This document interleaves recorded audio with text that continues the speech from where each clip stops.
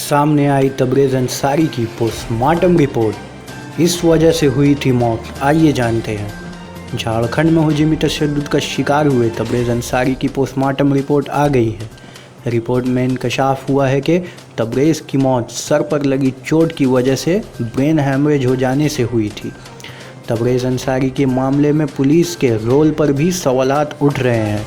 मौसला इत्तलात के मुताबिक भीड़ जब अंसारी को थाना लेकर आई तो पुलिस ने उनका बयान दर्ज किया, लेकिन शिकायत में उन पर हुए हमले का तस्करा तक नहीं किया। पोस्टमार्टम रिपोर्ट में कहा गया है कि जिन डॉक्टरों ने तबरेज़ अंसारी का इलाज किया उन्होंने सही से जांच नहीं की थी।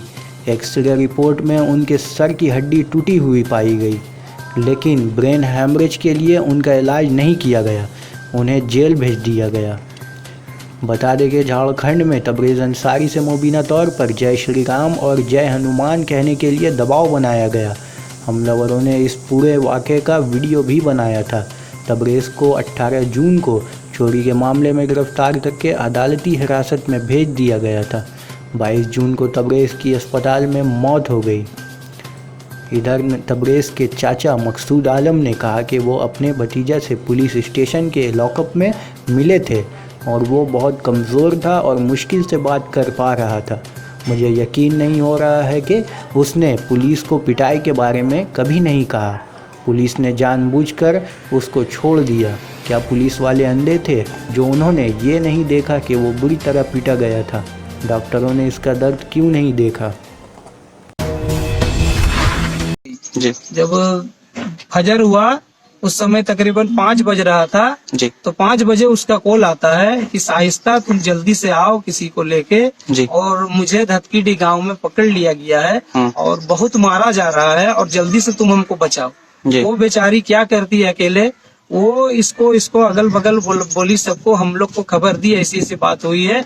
तो हम लोग यहाँ से 5 लड़के 6 लड़के हम लोग यहाँ से निकले जी। धतकीडी गांव। जी। जब धतकीडी गांव वहाँ पर पहुँचते हैं तो देखते हैं कि पूरा गांव वहाँ पे 2-3 गांव मिलके उसको पीटा जा रहा है, बहुत जबरदस्त पीटा जा रहा है, पोल में बांध के रखा गया है और उससे बोल बोल के मारा जा रहा है। क्या बोल के मारा जा रहा है? कि जय श्री राम बोलो और एक बार जय श्री राम बोलो और एक बार जय श्री राम बोलो, और उसको बोला जा रहा है कि तुम चोर हो बोलो। तो ये सब उसको साजिश में फंसा। मगर इस वीडियो में तो वो बार बार ये कह रहा है जय श्री राम, तो उसने दबाव में कहा है, मगर कह रहा है कि मैं चोर नहीं हूँ और मैं नहीं जानता, क्योंकि उस रास्ते से वो आ रहा था। जी। तो उससे नाम पूछ के मारा गया है। जी। उसको सबसे पहले उससे नाम पूछा गया कि तुम्हारा नाम क्या है, तो वो बताता अपना नाम सोनू अंसारी। जी। तो वहाँ पे बोलते हैं लोग कि ये सोनू अंसारी नहीं होता बेमाद, तुम अपना ओरिजिनल नाम बताओ। और ये बोला कि नहीं मेरा नाम सोनू अंसारी। बोला कि ओरिजिनल बताओ, तो बोलता तबरेज़ अंसारी है। तो उससे जब तबरेज़ अंसारी बोलता है तो बोलता ये मुस्लिम है, ये साला कटुआ है, उसका वो वाला काट देना चाहिए। ये भी शब्द इस्तेमाल किया गया है और उसको पीटा जा रहा है, बेरहमी से उसको पीटा गया और इतना पीटा गया कि गांव वाले मिलके उसका जान ले लिए। उसके बाद जब वो अधमुरा हो गया, कोमा के हालत में चला गया, तब वहाँ पे पुलिस पहुँचती है और पुलिस आके वहाँ पर खड़ी रहती है और पुलिस कुछ भी नहीं कर रहा है। वो फिर भी उसको मारा जा रहा है, पुलिस के सामने उसको मारा जा रहा है। प्रशासन वहाँ पे आके खड़ी है और उसको मारा जा रहा है। अब मारते उसको अधमोरा जब कर दिया गया, उसके बाद उसको पुलिस के अंडर में दिया गया। पुलिस उसको लेके जाती है सरायकेला थाने में, चारों चोरी के आरोप में लेके उसको सरायकेला थाना में जाती है और वहाँ पर उसको लॉकअप में डाल दिया जाता है। इलाज ना करा के पहले लॉकअप में डाल दिया? इलाज नहीं किया जाता है और लॉकअप में डाल दिया जाता है। और जब हमारे घर के सदस्य पहुँचते हैं पूरे फैमिली वहाँ थाना में, तो वहाँ पे उसको बोला जाता है। जब हमारे बड़े भाई थाना के अंदर गए तो विपिन बिहारी सिंह कहते हैं कि तुम कौन हो? विपिन बिहारी सिंह SHO जो वहाँ का थाना अध्यक्ष है? जी नहीं, वो वहाँ के SIO है। अच्छा, SIO है, ठीक है। केस आयो है वो, केस आयो। वो कहते हैं कि तुम कौन हो? ये बोलते हैं मैं उनका चाचा हूँ।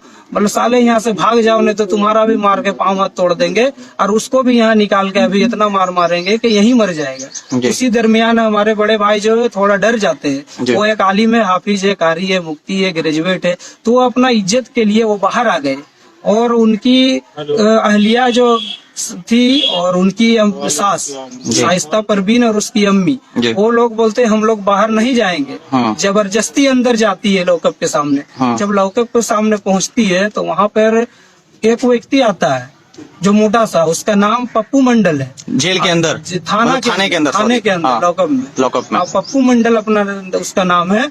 और वो आके बोलता है कि ये साला अभी तक जिंदा कैसे है, इसको हम लोग इतना मारने के बाद भी अभी तक बचा कैसे, मर क्यों नहीं गया।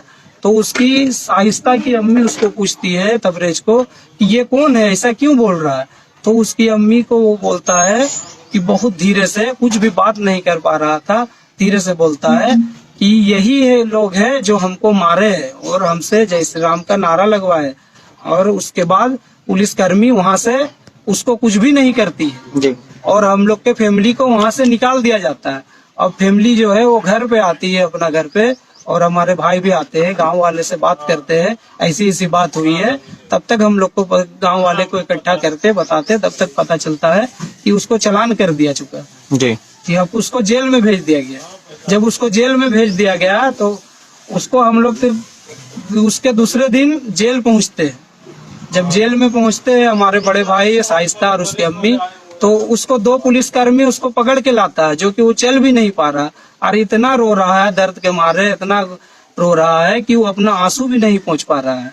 और 2 पुलिसकर्मी उसको पकड़ के रखे हुए हैं, खड़ा भी नहीं पा रहा है, अपना हाथ को भी नहीं उठा पा रहा है।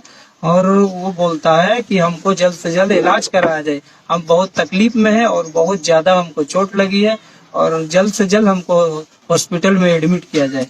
तो हमारे बड़े भाई उसको दिलासा देते हैं और बोलते हैं ठीक है, हम लोग इसके लिए बात करते हैं। और वहां से फिर जेल से हमारे बड़े भाई और उसकी वाइफ ये लोग रिटर्न आते हैं। आने के बाद घर पे यहाँ पे बताते हैं ऐसी ऐसी बात हुई है, तो जेल में गए थे, ऐसे ऐसे हालात हुई है, देख के उसको। तो हम लोग उसके दूसरा दिन फिर कोर्ट जाते हैं। कोर्ट में वकील को पकड़ते हैं, वकील से मशवरा करते हैं कि ऐसी ऐसी बात हुई है तो